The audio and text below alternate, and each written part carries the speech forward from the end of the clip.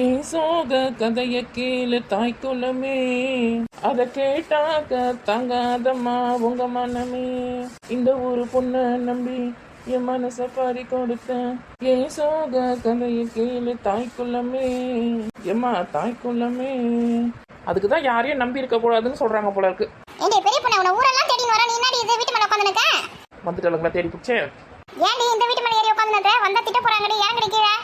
ஏறிட்டேன். எப்படி இறங்குதுன்னு தெரியாம தானே உட்காந்துன்னு இருக்கேன். பின்னாடி இருக்குல்ல அந்த மரத்தை பிடிச்சி ஏறிட்டேன். இப்போ எப்படி திரும்பி இறங்குதுன்னு தெரியல, பயமா இருக்குது இறங்குறதுக்கு. சரியான ஆள் தான் நீ. இப்போ கீழே உட்கார்ந்து கடையில சொல்லிட்டு தான் வீட்டு மேல உட்கார்ந்து நிக்க. கோமதி அக்கா வீட்டுக்கு போனேன். கோமதி அக்கா வீட்டில் இல்லை, ராதிகா அக்காவும் இல்லை வீட்டில். அதான் போர் அடிக்க சொல்லிட்டு இங்கே வந்து சரி காத்தாட உட்காந்து நிற்கலாம் மேலே சொல்லிட்டு ஏறினேன். சொல்லாம கொள்ளாம எங்கே போச்சிங்கன்னு தெரியல ரெண்டும். இந்த பக்கம் தானே வரணும், அதான் இங்கே உட்காந்து நிற்கேன். உனக்கு விஷயமே தெரியாதே? எனக்கு தெரியாத விஷயமா? என்ன விஷயம்? ஐயோ ராதிகா இருக்குல்ல, அது பசங்களுக்கு காது குத்த போதான். அதுக்கு தான் அவங்க அண்ணன் வீட்டுக்கு போயிட்டு சொந்தக்காரங்களுக்குலாம் போய் சொல்லிட்டு வரதுக்கு போயிருது.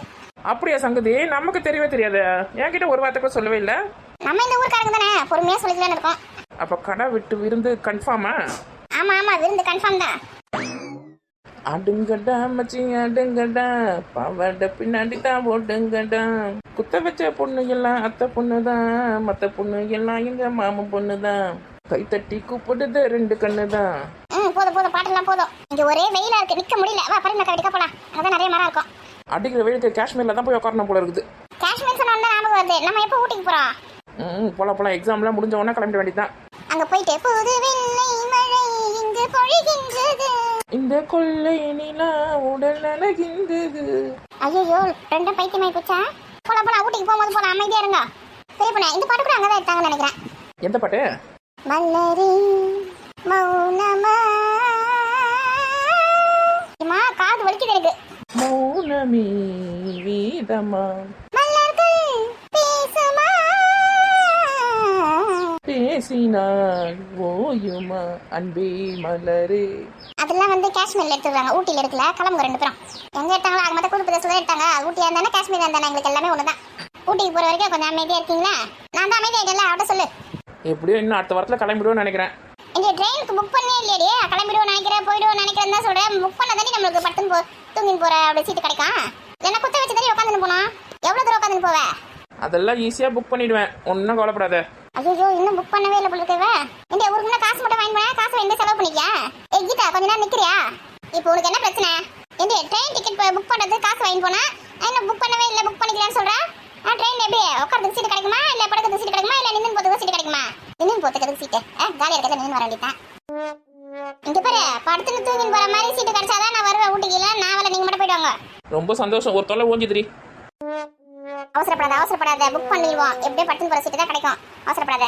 உன் மூஞ்சிக்காக சொல்லல, உன் பசங்க மூஞ்சிக்காக சொல்றேன், உன் வீட்டுக்கார மூஞ்சிக்காக சொல்றேன். புரியுதா? கொஞ்ச நேரம் ஒரு 4-5 நாளாவது நிம்மதியா ஜாலியா இருந்துட்டு வரட்டும். நீ வரல கூட ஒன்றும் பிரச்சனை கிடையாது, நீ வீட்டுல கடை. அந்த அண்ணன் மூஞ்சி பார்த்தா குழந்தைங்க மூஞ்சி பார்த்தா பாவமா இருக்குது. அப்ப நான் வரேன்னா ஒரு பேருக்கு சந்தோஷமா? ரொம்ப ரொம்ப சந்தோஷம். வீட்டுல இருமா. நான் வேணா உன் டிக்கெட் காசை வந்து 10 ரூபாய் எக்ஸ்ட்ரா போட்டு கூட தரேன். வீட்டுல உட்காந்து இரு. இப்படியே பேசுறீங்க நீங்க. ஆனா சொல்ற வேலையை மட்டும் கரெக்டா செஞ்சிடாதீங்க. அதெல்லாம் எப்போ செய்யணும், எந்த நேரத்துல செய்யணும், அதெல்லாம் கரெக்டா எனக்கு தெரியும். கரெக்டா செஞ்சிருவான். வாய முடியும் வா. அப்படி சொல்ல பெரிய பண்ண. கடைசியில நடக்க வச்சுதான் கூட்டின்னு போவாளுங்களோ ஊட்டிக்க. பண்ணாலும் பண்ணுவாளுங்க. இவங்க நம்பி முதல்ல காசு கொடுத்து தப்பா போச்சு. இவ்வளவு காசை போட்டு முதல்ல புக் பண்ண சொல்லிருக்கணும். ஊருக்கு முன்னாடி காசு எடுத்து கொடுத்தா பத்தியா வீட்டுக்காரன் அவனை சொல்லணும்.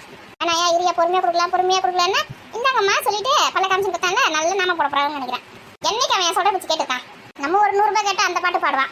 அது ஊர்ல இருக்கவங்க கேட்டாங்கன்னா பல்ல வச்சுட்டு கொடுப்பான். அவன் என்னன்னா ஊர்ல இருக்கவங்க எல்லாரும் நல்லவங்க, நான் மட்டும் தான் கெட்டவன் அப்படின்னு நம்ம மனசு நினைச்சிருக்கான். என்ன பண்ணி தொலைகிட்ட எல்லாம் வாங்கி வந்து வரோம். நில்லுங்கடி வர. வா சீக்கிரம் வா. தெருவா சுத்ததே ஒரு பழப்பா போச்சு நமக்கு. வீட்டுல இருந்தா ஃபேன் போடணும், கரண்ட் பில் அதிகமாயிடும். ஏசி போடணும், கரண்ட் பில் அதிகம் போச்சுன்னா அது வரை எவ்வளோ கலந்துட்டுருவேன். அதுக்கு பயந்துனே வீடு வீடா சுத்தி நிற்க வேண்டியதா இருக்குது. ஏசி வாங்கி வச்சுட்டு வேஸ்டா கிடக்குது. கரண்ட் பில்லுக்கு பயந்துன்னு போடாம இருந்தா ரிப்பேரா தான் ஆயிப்போகுது. கடைசியில காயில கடையில் தான் தூக்கி போட போறேன்னு நினைக்கிறாங்க. எதுக்கு அப்படி மரத்தடியில் உட்காந்து நிற்கீங்கன்னு தெரியல. உள்ள போய் ஃபேன் போட்டு உட்காருங்க. எதுக்கு மரத்தடியில் உட்காந்துருக்கீங்க? வெயில் வேற சுடியில் நடிக்குது.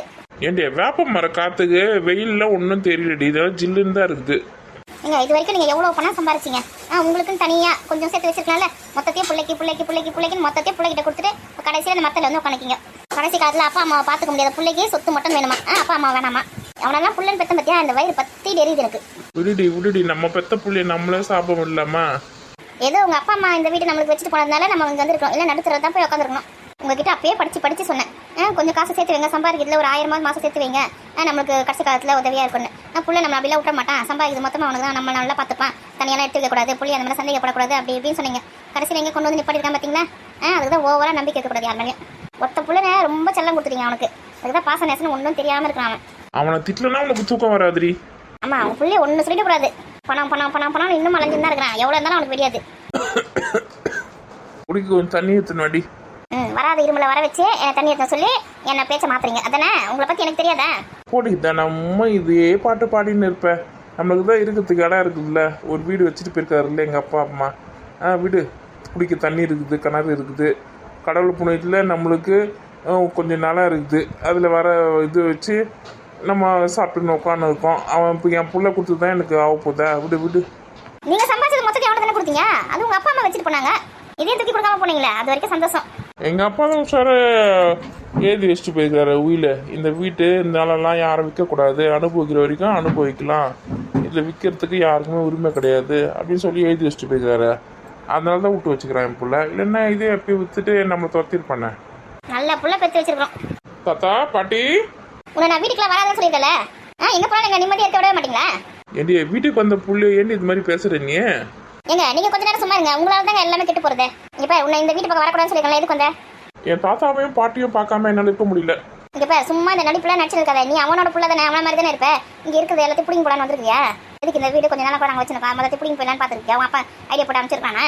அப்பாவுக்கு நான் இங்கே வந்ததே தெரியாது, நான் உங்களை தேடி எங்கெங்கெல்லாம் சுற்றணும்னு தெரியுமா? கடைசியில் அம்மா தான் சொன்னாங்க, அவங்க வந்து அவங்களோட பூர்வீக ஊரில் இருக்கிறாங்க, அந்த வீட்டில் இருக்காங்கன்னு. அதை முன்னாடி கண்டுபிடிச்சா வந்துட்டியா? அப்புறம் என்ன? என்ன சின்ன வயசுலேருந்து தூக்கி வளர்த்தது நீங்கள் தானே, உங்களை விட்டுட்டு நான் எப்படி இருக்க முடியும்? வாங்க வீட்டுக்கு வாங்க போகலாம். வேணாம்ப்பா வேணாம்ப்பா, நாங்கள் இங்கே இருக்கோம், உங்கள் அப்பா திட்டுவேன். தாத்தா அப்பா கிட்ட நான் சொல்கிறேன், நீங்கள் 2 பேரும் வாங்க. முன்னாடியே உங்ககிட்ட சொல்லிட்டேன், அந்த வீட்டு வாசப்படி நாங்கள் மிதிக்க மாட்டேன்னு. திரும்பவும் வந்து எதுக்கு எங்களை தொலை பண்ணுறேன்? ஓ, உன் அப்பனுக்கு பணம் தானே முக்கியம், அந்த பணத்தையே கட்டி பிடிச்ச அளவு சொல்லு. அவனுக்குலாம் அப்பா அம்மாலாம் முக்கியம் கிடையாது, பாச நேசம்லாம் அவனுக்கு சுத்தமாக கிடையவே கிடையாது. பாட்டி அவருக்கு வேணா அப்பா அம்மா தேவையில்லாமல் இருக்கலாம், ஆனால் எனக்கு தாத்தா பாட்டி வேணும். இத்தனை நாள் ஹாஸ்டல் தானே தங்கி படிச்சிருந்தேன், அதே மாதிரி நினச்சிக்கோ. நீ நான் எங்கள் கூட வந்த சின்ன வயசு ஒன்றுக்கு வளர்த்தான், அதுக்கப்புறம் காலேஜ் போனதுக்கப்புறமா நீ வந்து ஹாஸ்டல் தானே படிச்ச, அதே மாதிரி நினச்சினிரு. போனால் உனக்கு புதுசாக தாத்தா பாட்டி கேட்குது. அவ்வளோ பெரிய பங்களாவில் நான் அப்பா அம்மா அவங்க மட்டும்தான் இருக்கும், அந்த வீடே வெறிச்சொடி போயிருக்கு. நீங்கள் இருந்தால் தான் அந்த வீடே ஃபுல்ஃபில் ஆகும். ஏங்க அவன் சொல்கிறத கேட்டிங்களா? நம்ம இல்லாமல் வீடே வெறிச்சொடி போயிருக்குதான், நம்ம வந்தால் வீடு ஃபுல்ஃபில் ஆகுமா?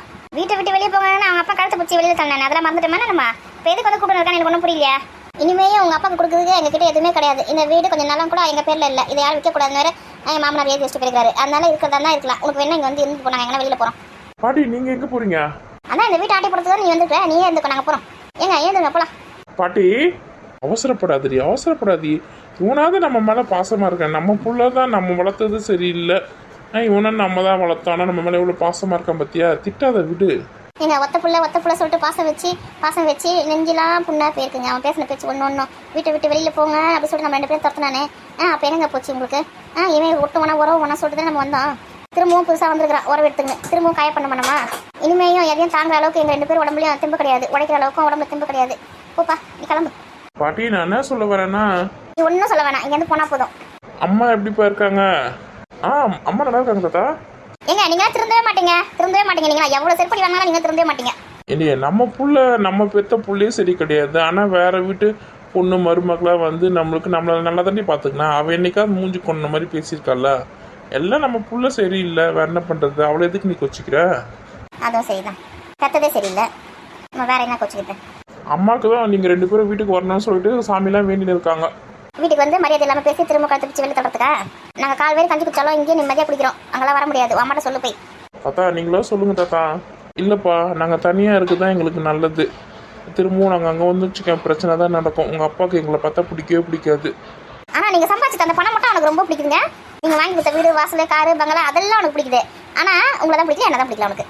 ஏன்னா இப்போ வந்து உங்களால் வேலைக்கு போக முடியாது, உங்களால் சம்பாதிக்க முடியாது நைட்ஸில், அதனால நீங்கள் வந்து யூஸ் பண்ணுற மாதிரி உங்களுக்கு தூக்கி போட்டான், வேஸ்ட். அதனால தூக்கி போட்டான். வீட்டை விட்டு வெளியில் போக சொல்லும்போது கூட உங்களை தான் போக சொன்னான், என்ன வீட்டில் தான் இருக்க சொன்னான். ஏன்னா வேலைக்காரங்களுக்கு கொடுக்குற அந்த 5,000 10,000 சம்பளம் மிச்சம் ஆகும்ல, வீட்டை பெருக்கின்னு சாமான் தொலைக்கின்னு வீடெல்லாம் தொடச்சி வச்சிக்கின்னு செடிக்கெல்லாம் தண்ணி ஊற்றின்னு வீட்டு ஒரு வாட்ச்மேனா எல்லாமே இருப்பல நான். அதனால என்ன இருக்க சொன்னான். உங்களை விட்டுட்டு நான் மட்டும் இருக்கணுமாங்க? அவனுக்கு எவ்வளோ திமிரு பார்த்தீங்களா? அப்படியே சொன்னா ஆமாங்க, இவ்வளோ நாள் உங்ககிட்ட சொல்லலை, உங்களை மட்டும் தான் வெளியில் போக சொன்னான். நான் தான் உங்க கூட சேர்ந்து வந்துட்டேன். நீ வசதியாக அங்கேயே இருக்க வெளியே தண்டி, என் கூட வந்து எதுக்கு நீங்கள் கஷ்டப்பட்டுனாக்க? ஐயோ நீ வேறு லூஸ் மாதிரி பேசாதியா? சந்தோஷமாக இருக்கும்போது உன் கூட இருந்தேன், கஷ்டமாக இருக்கும்போது நான் உன் கூட தானே இருக்கணும். நான் உன் பொண்டாட்டி, புரியுதா இல்லையா உனக்கு? பணம் இருந்தால் ஒரு மாதிரி, பணம் இல்லைன்னா ஒரு மாதிரி இருக்கிறதுக்கு நானா நம்ம பார்த்தா பிள்ளையா? அவனை எப்படிலாம் கஷ்டப்பட்டு வளர்த்துருப்பேன். வேஸ்ட் அவனா சின்ன வயசுலேயே தள்ளி பால் ஊற்றி கொண்டு இருக்கணும் இருக்கட்டும். பண திமிரு கொஞ்சம் நெஞ்ச பண திமிரு கிடையாது. பாட்டி இங்கே பாருப்பா, அவனை பார்க்க உங்கள் அப்பா நமக்கு தான் எனக்கு வருது. தயவு செஞ்சு இங்கேருந்து கிளம்புறியா? சொந்த பந்தமே எதுவுமே வேணாம். ஏங்க அவனை முதல் போசுங்க இங்கேருந்து. தாத்தா நீங்களாவது பாட்டிக்கிட்ட சொல்லுங்க தாத்தா, 2 பேரும் வாங்க என் கூடயே. இல்லைப்பா நாங்கள் இங்கே இருக்கிறது தான் நல்லது. நீ பார்க்கணும்னு நினச்சின்னா எங்களை வந்து பார்த்துட்டு போ. அப்போ வீட்டுக்கு வர மாட்டீங்களா? நீயாவது எங்கள் மேலே பாசமாக இருக்கியா, அது வரைக்கும் ரொம்ப சந்தோஷம்ப்பா. ஏங்க அவனை முதல்ல இங்கேருந்து போசுங்க. பேசிருக்கீங்களா உட்காரச்சே? சரிப்பா நீ கிளம்புப்பா. அம்மா கிட்ட எப்படியாவது தாத்தா பாட்டியை வீட்டுக்கு கூட்டின்னு வந்துடுறேன் அப்படின்னு சொல்லிட்டு வந்தேன். இப்போ போய் என்ன சொல்கிறது உங்ககிட்ட? அம்மா காத்திருப்பாங்க, நம்ம கூட்டின்னு வந்துடுவோம் சொல்லிட்டு. பரவாயில்ல, இவனாவது நம்ம மேலே பாசமாக இருக்கானே.